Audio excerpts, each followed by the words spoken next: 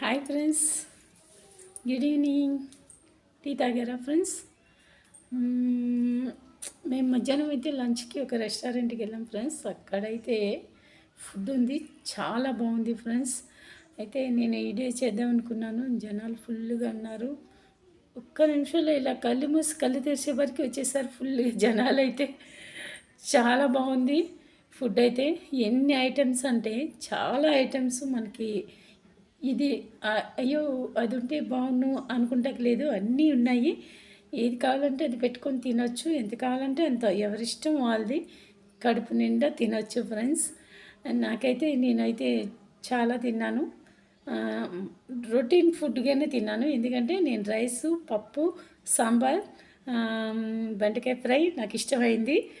so గోంగూర పచ్చడి, పెరుగు, చల్లమిరప